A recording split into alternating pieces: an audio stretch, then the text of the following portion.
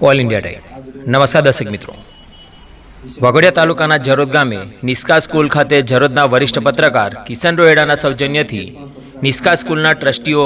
સુનિલ રોહેડા, રંજીત ગોહિલ, ફારૂક પટેલના સહયોગ વડે જરોદ પોલીસ સ્ટેશનના બાહોશ પીઆઈ એમ.આર. ચૌધરી સાહેબ, સેન્ટ્રલ ગુજરાતના કરવેરા સલાહકાર વિભાગના પ્રખ્યાત સિનિયર એડવોકેટ શ્રી દીપકભાઈ અમીન સાહેબ, જરોદ ગ્રામ પંચાયતના નવા ચૂંટાયેલા સરપંચ નિમિષાબેન રૂપેશભાઈ સોલંકી, જરોદના એડવોકેટ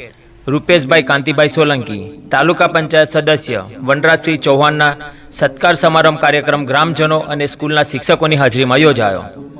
જેમાં પોલીસ સ્ટેશનના પીઆઈ ચૌધરી સાહેબે ટ્રાફિકના નિયમન અને સોશિયલ મીડિયા પર થતા ફ્રોડ અંગેની સુંદર સારી સમજ આપી, જ્યારે કરવેરા વસૂલાતના નામાંકિત એડવોકેટ દીપકભાઈ અમીને સ્કૂલમાં અભ્યાસ કરતા વિદ્યાર્થીઓના શિક્ષકોને સારા ઘડતર અને ભણતર વિશે સુંદર સરળ ભાષામાં માર્ગદર્શન પૂરું પાડ્યું હતું। અંતે સ્કૂલના પ્રિન્સિપાલ દ્વારા સૌનો આભાર માન્યો હતો। રિપોર્ટ વરિષ્ઠ પત્રકાર કિશન રોહેડા, જરોદ। આજ રોજ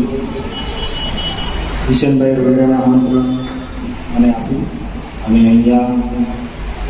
જે પણ સત્કાર સમારંભમાં પધારેલા છે એ બધાનું હું પણ સ્વાગત કરું છું અને સરપંચશ્રી, ઉપસરપંચશ્રી, તાલુકા પંચાયત સદસ્યશ્રી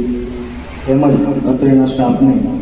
હું ખૂબ ખૂબ આભાર માનું છું કે મને અહીંયા બોલાવ્યો સત્કાર સમારંભમાં। મને આવ્યો હજી તો જરોદમાં લગભગ એકાદ મહિનો ગઈકાલે જ થયો અને ખાસ તો સ્કૂલ તરફ મારું ધ્યાન વધારે હોય છે કેમ કે મારી એજ પણ એટલી નાની છે અને સ્કૂલમાં હું મોટાભાગે સ્કૂલનો કોઈ પ્રોગ્રામ હોય તો જવાની મને ઈચ્છા વધારે થતી હોય છે કેમ કે હું ગામમાં પણ મારા સ્કૂલમાં આ પ્રમાણે ભજવતો હોઉં છું ભાગ। તો ખાસ તો અહીંયા બધા ટીચરો અવેલેબલ જ છે, તો તમારા હાથમાં દેશનું ભવિષ્ય છે, તો તમે એમને શું શીખવાડો છો એવા મોરલ વેલ્યુ એમનામાં ડેવલપ કરો છો। હાલની જનરેશનમાં મેઇન જે ઉણપ છે એ મોરલ વેલ્યુની જ છે। સંસ્કાર આપણે જેને કહીએ એ મા બાપની ઇજ્જત કરવી, શું એની વેલ્યુ છે, એમને તમારા માટે શું કર્યું છે એ બધું તમારે જ શીખવાડવાનું છે બાળકોને કે એ બાળક મોટું થઈને શું બનશે, કમસે કમ કશું ના કરી શકે કે એક સારો નાગરિક બની શકે એ તમારા હાથમાં છે। ખાસ તો હવે સરકારશ્રીના ઘણા બધા એવા પ્રોગ્રામ હોય છે જે અમે સ્કૂલમાં જાગૃતિના અભિયાન સ્વરૂપે કરતા હોઈએ છીએ। તો હું એટલો એશ્યોરન્સ આપું છું કે નેક્સ્ટ કોઈ પ્રોગ્રામ અહીંયા પણ અમે કરીશું, મારો સ્ટાફ આવશે એવા પ્રોગ્રામ કે જેમાં ટ્રાફિક અવેરનેસ છે। અત્યારે તમે જુઓ તો આપણે તો અહીંયા એક સૌથી બોગસ કોઈ ટ્રાફિક ડિસિપ્લિન ધરાવતું સ્ટેટ હોય તો ગુજરાત છે, એમ કે એને ડિસિપ્લિનમાં માનવામાં, બાઇક ચલાવવામાં, એમાં રફ અને રશ ડ્રાઇવિંગ કરવામાં ખૂબ મજા આવતી હોય છે। નાના નાના બાળકો લાયસન્સ વગરના ફરતા હોય છે, પછી અમે જ્યારે એમને દંડીએ ત્યારે વધારે સારું ન લાગે, પણ તમે જેને અહીંયાથી શીખવો કે આપણે ટ્રાફિક ડિસિપ્લિન, હેલ્મેટ પહેરવું, લાયસન્સ હોય તો જ બાઇક ચલાવવું, ટ્રિપલ સવારી નહીં જવી, કેમ કે કોઈ વાર અકસ્માત થશે, કોઈનો જીવ જશે ત્યારે જ રિયલાઇઝ થતું હોય છે અને અહીંયા નજીકમાંથી આટલો મોટો હાઈવે પસાર થાય છે તો ટ્રાફિક ડિસિપ્લિન બધાએ રાખવું જરૂરી છે અને તમે પણ અહીંયાથી નીકળતા હોય ત્યારે હેલ્મેટ પહેરીને જાઓ। હવે તો ખાસ કરીને ગવર્મેન્ટ કર્મચારી અને જે કોઈ સંસ્થામાં નોકરી કરે છે એના માટેની સ્પેશિયલ ડ્રાઈવ સરકાર અમને આપતી હોય છે કે આ તો અહીંયા તો આપણે ટાઉન નથી, બાકી બધી ઓફિસો હોય એની બહાર જ અમને ઊભા કરી દે છે કે ભાઈ એ લોકો પહેલાં તો આપણે ગવર્મેન્ટ કર્મચારી હોય અને ડિસિપ્લિનમાં ના માનતા હોય તો એમને પહેલાં દંડો તો જ પબ્લિક સુધરશે, એટલે એવા પ્રોગ્રામો થતા હોય છે। બીજું સાયબર અવેરનેસ, હાલના ટાઈમમાં મોબાઈલનો યુઝ ઘણો બધો વધી ગયો છે। હું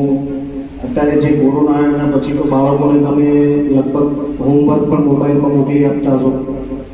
તો એના લીધે બાળક ખરેખર મોબાઈલનો સદુપયોગ કરે તો કામનું છે, બાકી તો દુરુપયોગ કરે, ઇન્સ્ટાગ્રામ, હા ફલાણું ઢીંકાણું એ બધું જોવામાં ખોટો ટાઈમ વેસ્ટ, તમે પણ એ જગ્યાએ વર્ક પ્લેસ પર યુઝ ના કરો તો જ બાળકોમાં એ શીખવા મળશે। અને ખાસ અત્યારે જે સાયબરમાં ફ્રોડ તેમજ મારા વડીલ મિત્ર ખૂબ નિષ્ઠાવાન પત્રકાર એવા કિશનભાઈ રોહિડા તરફથી આયોજિત સત્કાર સમારંભ અહીં અત્રે ઉપસ્થિત થવાનો મોકો મળ્યો છે, ત્યારે આપણી વચ્ચે ઉપસ્થિત મહાનુભાવો અત્યારે હાલમાં જ વિદાય થયા છે એવા પીઆઈ એમઆઈ ચૌધરી સાહેબ, સાથે વનરાજસિંહ તાલુકા સદસ્ય, સાથે સરપંચ રૂપેશભાઈ, આપણા ટ્રસ્ટી સુનિલભાઈ અને મારા મિત્ર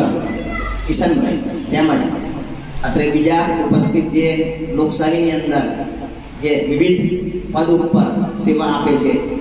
ખૂબ વરિષ્ઠ પત્રકાર પણ અત્રે ઉપસ્થિત છે ઓલ ઇન્ડિયાના, તેમજ આમંત્રિત મહેમાનો, શિક્ષકો, શિક્ષિકા, બહેનો, ભાઈઓ તેમજ વિદ્યાર્થીઓ.